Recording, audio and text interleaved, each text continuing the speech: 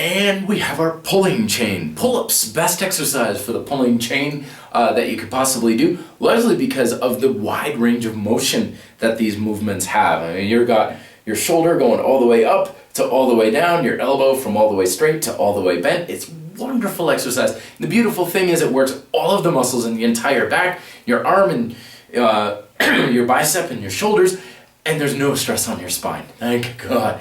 Because that's usually what holds people back with things like the bent over row, even seated rows to a certain degree where you're seated and you're pulling on the weight, there's stress going on that spine. If you want to be able to push your muscles to the absolute brink and build as much muscle as possible, you need the exercise to be as comfortable and safe on your joints as you can make it, because your nervous system knows. It's like when the joints are not under stress, it's like, oh yeah, push yourself till you just drop off the bar. So you're peeling yourself off the floor. But if you're holding on to heavy stuff and your mind is kind of like, oh boy, I don't know about this, it's going to pull you back a little bit.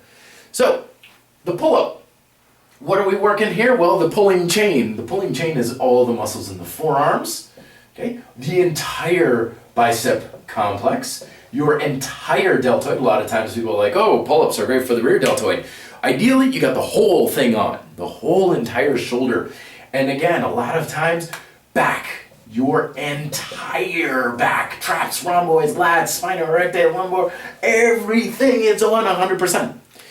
Very tricky to turn it all on at once. It really is. Now, the pull-up is one of the classic examples where people use a lot of reactive tension.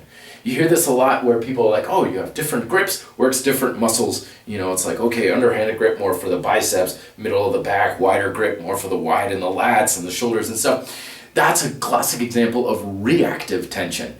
And it's not nearly as powerful and complete as proactive tension, where you're actively trying to turn things on. You know, this whole idea of like, you know, humans use only a percentage of their brain and stuff. Technically, it's not true. But it's a good example for this, because when most people are doing pull-ups or any exercise, they're using reactive tension. So you're using a fraction of your potential muscle building tension with each exercise. But proactive tension is, you know, you're getting on the bar and it's like, don't just turn the biceps on, turn them on.